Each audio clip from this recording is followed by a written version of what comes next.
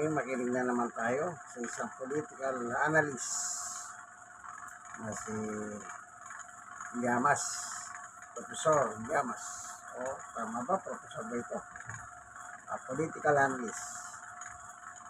Alam nyo, yung mga analyst na yan, na political analyst, hindi man sila abogado, pero palibasa political analyst sa strategy. Parang abogado na siya, kung minsan mas magaling na pa sila sa abogado. Kasi ang abogado pwede lang siya magkaso, pero sila hindi. Pero malawak ang kanilang karanasan ng mga yan. Kaya maganda nakikinig po tayo sa mga political analyst nito, kagaya ni Ronald Llamas. Ano? Kasi isipin nyo, nasa ibang bansa siya, pero ini-interview siya. No? Sa pamamagitan nito, matututo tayo. Mabuksan ang isip natin kung sarap yan. Buksan naman po ninyo sana. Huwag mo pabayaan ang utak niya hindi kandado na yan. Huwag naman. Okay? Tingnan po natin ang tinig ni Ronald Llamas, political analyst. Makakasama na tayo. Ito, napakasarap kausap nito dahil ang dami mga gustong sabihin talaga. At alam mo, pag kinausap mo siya, may inform ka, kausapin na natin on Zoom. Papaya! Ay, nakapindot ako Para nga pag-usapan na itong nalalapit na ika-4 na impeachment hearing sa lower house at marami pang iba.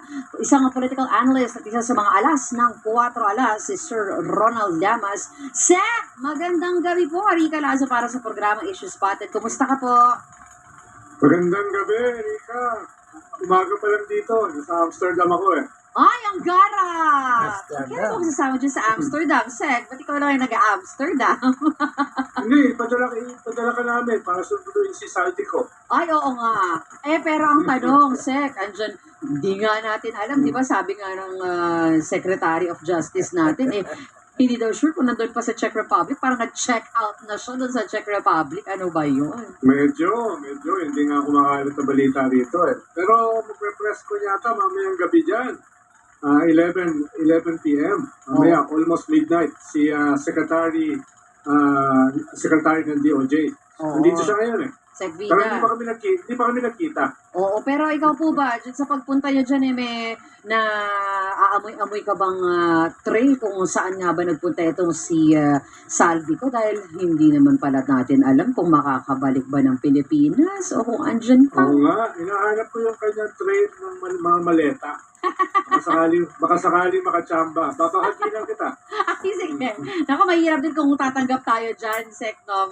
Sabi nila, ano yan, basura yung pera na yan. Wag na tayo dyan. Dito na tayo mag-usap sa nararating nga po na ika-4 na hearing ng Vice Presidente Sara Duterte sa lower house nga po, no? Dahil ang daming issue nangyayari tungkol dito, Sek. Di ko nga alam kung saan tayo una dapat magsimula. Siguro dito na lang muna. Dapat ba o hindi dapat buksan ang pera, kwarta o kahon ng BIR? Parang panyan parang yung reklamo nila sa AMLAC. Diba, reklamo nila sa AMLAC, may bank secrecy laws, at meron silang right to privacy, kaya hindi dapat buksan yan. May powers kasi yung ating legislatura in aid of legislation, at saka, more importantly, yung sa process ng impeachment. So, pwedeng buksan niya mga yan, dahil kung merong criminal offense, lalong-lalo na in relation sa aid of legislation at saka impeachment, ay pwedeng buksan yan. No? Yung AMLAC nga nabuksan Yan pa yung pang BIR. Dun sa AMLAC may bank secrecy laws. Although, ang sinasabi nga ng Kongreso, hindi yan absolute. Malinaw na merong exemption diyan, katulad during impeachment, at iba pang mga criminal cases. At merong precedent tungkol dyan. Hindi ko lang sigurado yung precedent dyan sa BIR. Pero I'm sure pwedeng buksan yan based sa rules of impeachment and other criminal offenses. Naging malinaw na naging paulit-ulit naman ang paglilinaw ng House Justice Committee, SEC, no, na sinasabi nila Nagiging maingat kami sa lahat ng proseso dito para sundin nga yung sinabi ng Korte Suprema nang ma-accord natin ang due process laban sa vice-president ay para sa vice-presidente nga po. Pero hanggang ngayon hindi naman talaga sila humaharap doon sa ito nga sa hearing nga at sa impeachment case nga laban sa kanya para bigyang linaw pa rin yung mga katanungan dati pa. Eh kung dokumento lang din naman ang pag-uusapan, financial records lang din naman at ang kanilang ina-argue hindi nga po ito pwede. Ulit-ulit din naman po sinasabi ng Justice Committee na hindi naman account ninyo ang binubuksan, kundi ang tinitingnan natin ay ang mga anomalous transactions. Valid po ba ito, sir? Tama. No? Actually, yung unang pinanggagalingan, yung unang hugot dyan, ay dapat sisihin nila yung kanilang mga sarili. Mhm. Dahil sa kanilang pag-file sa Supreme Court a year ago, kung maalala mo, Rika, ay na-dismiss ng Supreme Court yung kanilang impeachment. Pero may polatilya Mhm. yung pag-dismiss. Ibig sabihin, may bagong proseso yung impeachment. Mhm. Nagdiwang sila noon. Kala nila ay pabor sa kanila. Ito ngayon na nangyayari. Dahil sa decision na yun ng Supreme Court, nagkaroon ka ngayon ng hearing sa Justice Committee na dati wala. Dati pwedeng pagbotohan na yan kaagad sa plenary. Mhm. Yun yung sinampahan nila ng kaso. So ngayon, sinusunod lamang ng Justice Committee at saka ng Kongreso yung rules na ibinaba ng Supreme Court nung dinismiss yung impeachment labang kay Vice President Sara a year ago. Mhm. So sino sisisihin nila? Kundi yung kanilang mga sarili. Ikalawa ay itong mga testimony ni Madriaga, ni Senator Trillanes, ay kinokorroborate ng AMLAC na yung kanilang mga sinabi na bilyon-bilyon ang pumasok sa bank account ni Vice President Sara at ng kanyang asawa si Matt Scarpio ay totoo. Totoo rin na ito ay nanggaling sa anomalous sources. Katulad ng drug lord na si Michael Yang at saka possibly si Sammy Uy at iba pang mga anomalous sources. So nako-corroborate yung mga sinabi ni Madriaga, Senator Trillanes at former Deputy Ombudsman Carandang. No? Yung sinasabi nila, nagsampa sila ng kaso, di ba? Oo, ngayong araw. Today, tungkol sa mga ilang mga kongresista na nilabag daw yung kanilang nilabag daw yung bank secrecy laws at yung kanilang right to privacy. Medyo maling-mali sila dyan. Una, inamin nila na totoo pala na meron silang bilyones. No? may Medyo- subtle pag-amin pala doon, Sek, no? Oo, medyo inamin nila. Ikalawa, ay sinabi nila na dapat hindi binuksan ito. No, hindi nila dininay na meron sila. Dininay na, ang sinabi lang nila, dapat hindi ito nabuksan. Mhm. Hindi absolute ang bank secrecy laws. Mhm. No, walang absolute. Ang absolute lang, Nika, ay pag-ibig. Mhm. No? Mhm. Talaga ba? Parang hindi rin. May hugot pa eh. Oo. So, walang absolute dito sa bank secrecy laws. Mhm. Kaya ito ay sinunod ng AMLAC Mhm. na buksan yung mga anomalous, possibly anomalous red flag na mga accounts. Katulad nitong nilabas nila tungkol kay Vice President Sara Duterte. Mhm. Ang sinasabi nila, Matt Scarpio, ba't kami kasama? Mhm. Ba't kami kasama? Asawa kayo. No? Sa SALN, Statement of Assets and Liabilities, kasama ka. Hindi lamang si Vice President Sara dahil asawa ka. In virtue of Kaya- conjugal, ano ba ito, Sek, di ba? Di ba yung conjugal na sinasabi Yes. natin? Yes. At saka sa SALN, kasama talaga yung immediate family. At para i-check yung SALN na yan, bubuksan mo rin yung mga accounts, jointly or hindi man, ng asawa. Mhm. Kaya medyo mali-mali siya. Hindi ko alam kung saan niya pinulot yung kanyang mga abogado. Mhm. Ang mamahal pa naman ng mga abogado ngayon. No? Mhm. Mhm. So, hindi siya exempted dyan sa pagbukas. Ikaapat ay malinaw naman na ito ay in aid of impeachment. Ang sinasabi nila, may conspiracy daw. May conspiracy, bakit sila lamang ang binubuksan? No? Ang tawag dyan, what about TISIM? Bakit yung iba? Bakit What kami about lang? this? May ganun na pala Oo. ngayon. Oo. What about them? What about Rika? Ba't si Rika hindi binubuksan? Nakoy, wala Yung silang kanyang bank mabubuksan. accounts, no? Hindi ko Oo. sigurado kung may laman. Malamang marami. No? So ganun ba? Yung hindi argument yun Ang tawag doon, non-sequitur, it doesn't follow. Mhm. Iba yung kaso mo, iba yung kaso ng iba. Mhm. No? At sinasabi nila may conspiracy, pero yung kanilang proof, kinuha lang nila sa social media. Mhm. Sinabi daw sa social media, sinabi ganito, no? Meron daw ganitong chismis, etc. Hindi naman tatayo sa korte yun. Mhm. Dapat meron kang prima facie evidence na may conspiracy laban sa inyo. Mhm. No? Etc. etc. Ang dami kasi nilang sinabi dun sa kanilang final na complaint.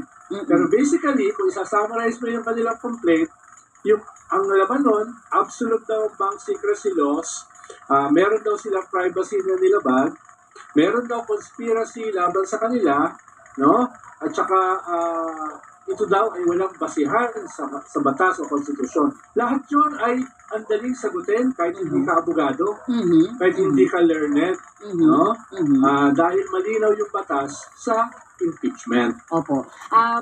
Ngayon lang kasi nangyari na isa sa vice presidente yung ini-impeach, no? So sinasabi nga na napakaraming president itong magiging mga desisyon dito sa impeachment ka na vice presidente. Pero ang ganda ng argumento ni Congresswoman Jinky Luistro nung sinabi niya na kailangan nating busisiin ang mga financial documents na ito because if hindi natin gagawin to, walang magiging kaso, walang case built up sa mga susunod na issues about ill-gotten wealth kung hindi natin ito bubusisiin. Your thoughts on this, Sec? Tama. Dahil ang sentro sa usapin na ito ay accountability.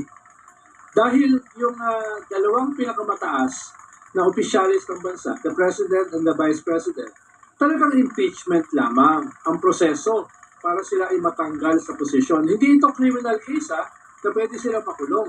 Ito ay impeachment case na matatanggal sila sa pwesto at posible hindi na sila pwedeng tumakbo sa kahit anong posisyon, kahit barangay councilor. Yun yung nakataya rito. Iba pa yung criminal cases na pwedeng gawin pag hindi na sila vice president o president. So yun yung limits nito.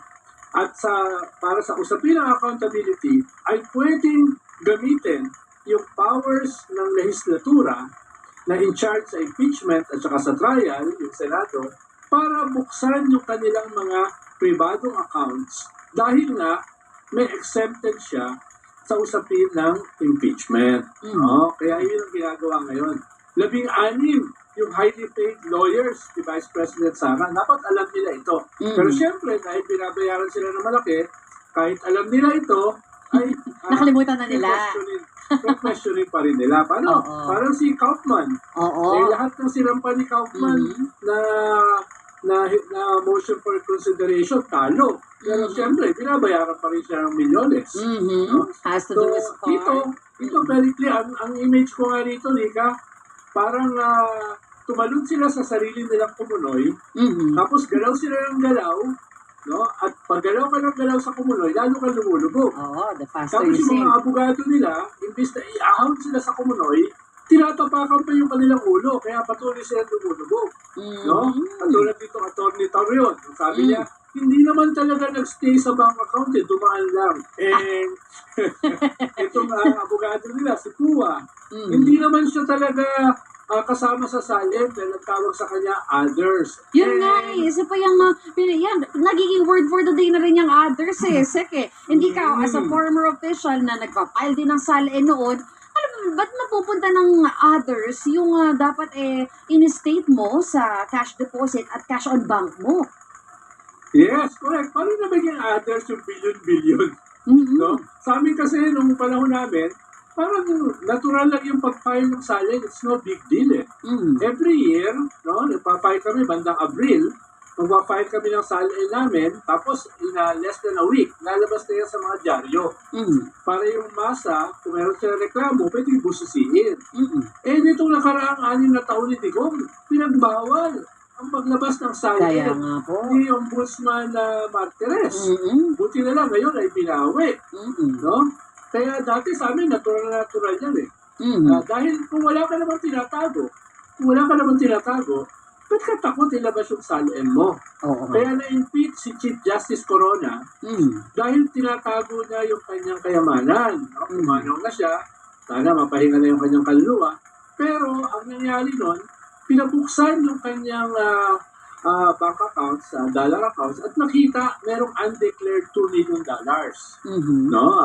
120 million pesos. Yun, 120 million pesos lang. Ito, billion-billion. Yun nga po. At hindi natin sigurado yung iba pang properties. Mhm. Dahil ito, lang ito, isang bank account lang ito. Paano pa yung mga ibang possible bank accounts? Mhm. Paano pa yung mga mansyon, yung mga lupa? Paano pa yung mga kotse? Hindi pa kasama yun dyan. Ha? Mhm. So, posibleng mas malaki pa yung undeclared wealth Mhm. ng Vice Presidente. Mhm. On Wednesday, it's gonna be the 4th day, no, yung final hearing nga po ng House Justice Committee. Pag-uusapan Thursday. Oh, 29? 29. Oo, 29. 27. Hindi, Wednesday. Wednesday, Sek. Wednesday ba? Oo, Wednesday. Nalito na ako.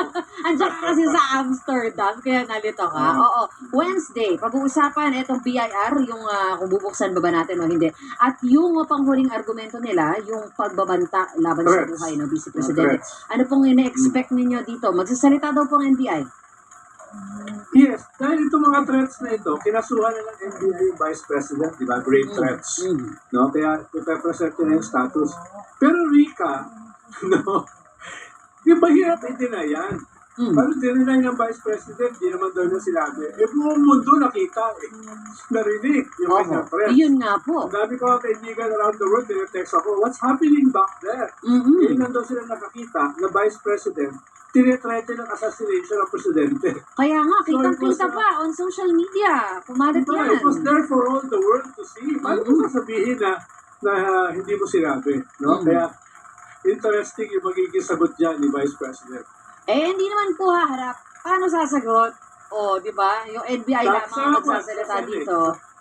Sa Senate, sa trial, sa official trial, di ba sabi ni Senate President Soto, forthwith, pag umakat sa kanila, immediately, i-convene nila yung Senate as a trial court. Oo. No, hindi yung 4 months na forthwith ni Chis Escudero. Yun nga.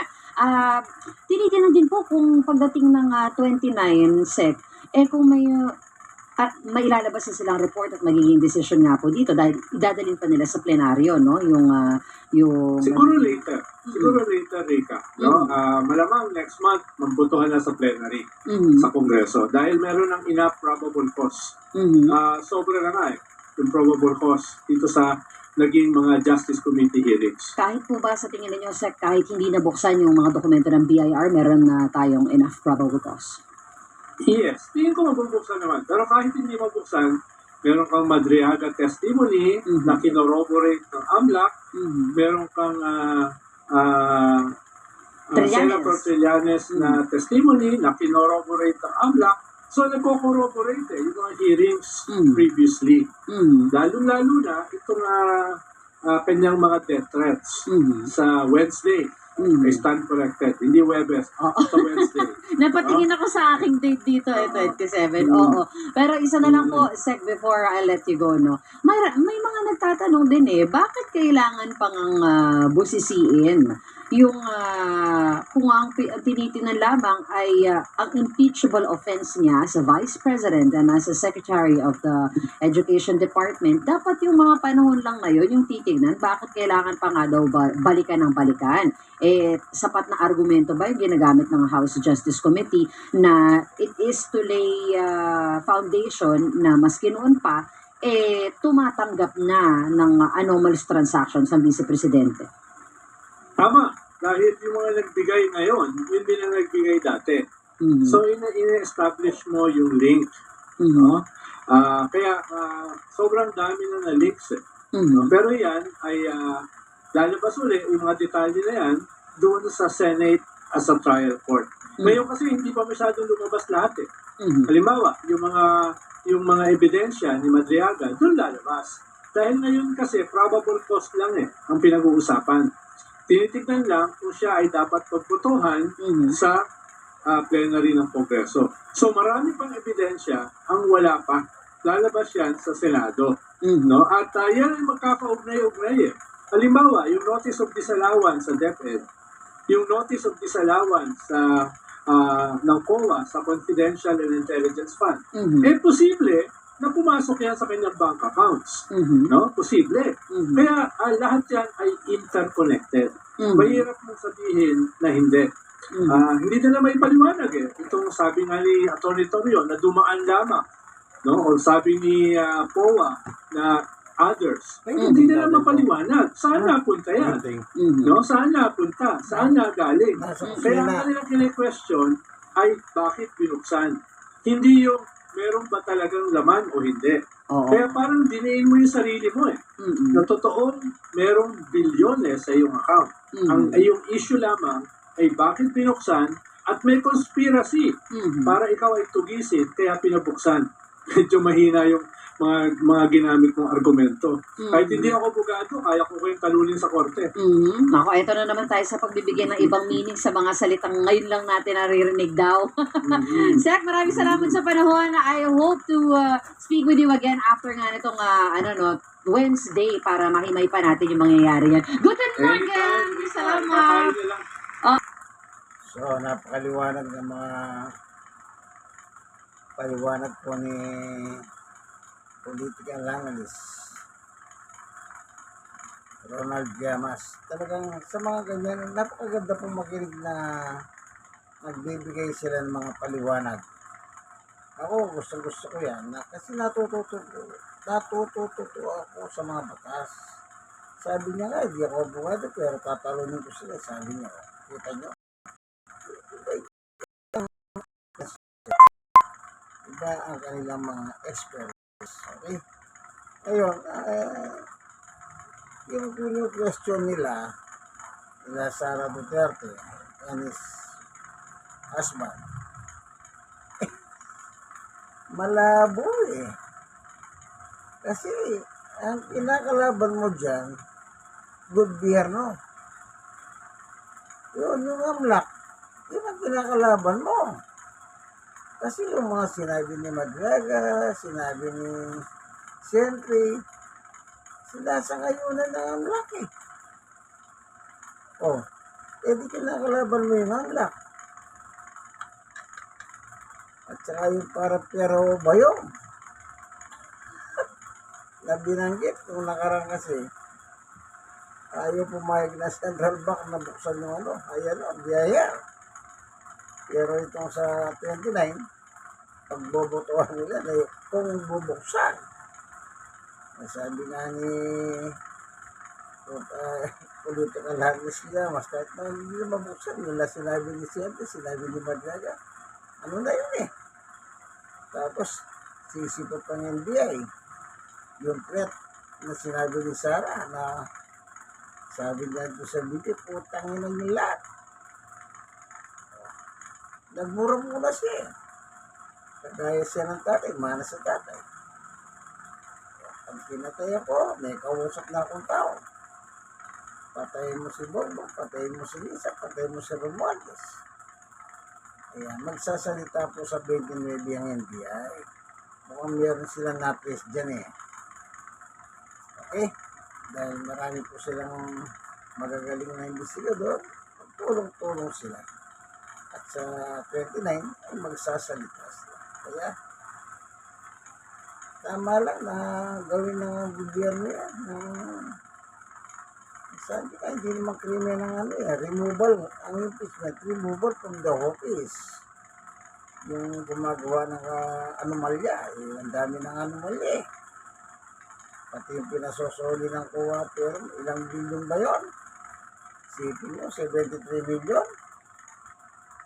Pinasosoli, ang sinuli pa hanggang ngayon. Kita nyo po. Tapos kayo mga butante, mas gusto nyo pa yung mga ganyang klaseng tao na hindi natin kung sabihin na magnanakaw, pero parang magnanakaw na eh. Eh bakit? Eh wala silang resibo eh. Kung saan dinala yung limpak-limpak na pera ng taong bayan. Pera ng taong bayan yan eh. At yung bis, binabayaran po natin. O kaya ang taong pera ng taong bayan eh. Sila nagbabayad din silang bis, pero kung magnakaw naman sila, sobra-sobra. Eh tayo, pag tayo nagbayad ng bis, wala naman tayong bawi, wala tayong mananakaw doon eh. Halimbawa sila, nagbayad sila ng tax. 1,000, eh nanakawan nila, milyon eh. Hindi tayo, nagbayad tayo ng 1,000. Meron ba tayo nanakaw? Wala. Kasi simpleng mamamayan lang po tayo. Gamitin yung utak nyo, kaibigan. Alam nyo, maliwanag po ang batas ng Diyos. Ano ang batas ng Diyos? Babasahin na naman natin sa Biblia. Maganda yung Biblia eh. Ganito po nakalagay sa Biblia, Roma 13:1. Ang bawat tao ay dapat pasakop sa mga namimimuno. Ayan, pasakop. Kanino? Sa mga pinuno ng pamahalaan. Pasakop.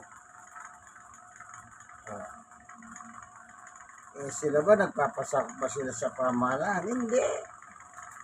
Malabag pa nga sila sa pamahalaan. Kaya matingkad ang ginagawa nila.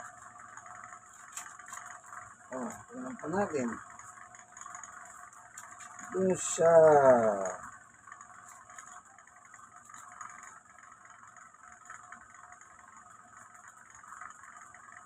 yan din ang dahilan kung bakit kayo nagbabayad ng buwis. Ang mga pinuno ng pamahalaan ay mga lingkod.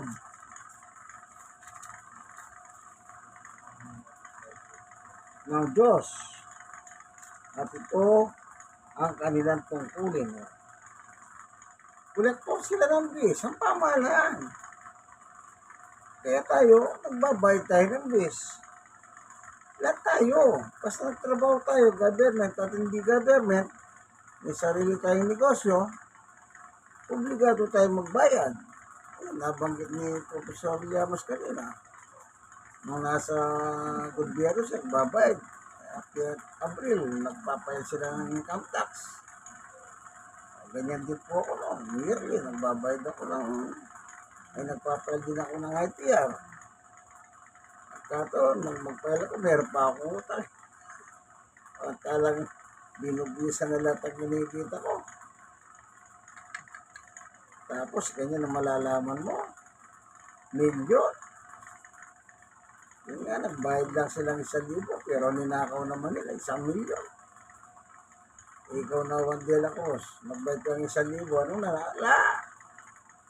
Di lugi ka. Kaya, gamitin yung utak ninyo, kaibigan. Unless na walang laman ng utak mo, wala naman ako magagawa. Kung talagang gusto nyo sa mga tiwaling opisyal, muli nyo silang ibinoboto, hindi kung gusto nyo magdusa ng ating bansa, kayo na rin may kasalanan. Actually, kayo may kasalanan yung mga botante. Pag binoto nyo, tiwali na, binoto nyo pa rin. Kung anong ibig sabihin, pumapay kayo sa mga tiwali. Ganun lang yun. Ay, corrupt na nga, binoboto nyo pa. Di pumapay kayo sa korupsyon, kasangkapan kayo ng korupsyon. Ano sabi ni Satanas, okay ka bata? Corrupt na, binoboto mo pa. Sa akin yan eh. Natural. Nag-join ka, akin ka rin. Ganyan po yan. Parang nagnakaw ng bako, 5 sila. Yung 3, look out sila sa kalsada, bawat street, nag-look out sila. Yung 2, naglilimas. Kaya nauli sila lahat. Ibig ba sabihin yung look out, mababa ang sintensya? At yung naglimas doon sa loob ng bangko, silang mataas na sintensya? Hindi. Pare-pareho sila ng sentensyado. Kung 10 taon ng kulong lahat sila, 10 taon. Hindi pwede magreklamo. Joker lang po ako sa labas. Kahit na bakit? Kung magtagumpay kayo, ano ba yung pera nyo makuha? Hindi ba hati-hati yun? Kaya yun, ganyan lang po yan. Gamitin natin ang utak natin sa tama. Ano po, mag-pray kayo, manalangin kayo. Hindi po ang guidance ng Panginoon Diyos. Ito po yung kaibigan kay Jesus, Brother Manny Bautista. Sana, kaibigan, maawa naman kayo sa ating bansa. Huwag kayo magpagamit sa demonyo. Yung naglipa ng mga picture ng demonyo na nasa hig, sa dahig. Eh, so kayo dyan ganyan, no? The fall of Antichrist ang nakalagay. Sige na, wala tayo political color dito, ha? Wala personalan. Sige po, God bless us all po sa inyo lahat. Bye-bye.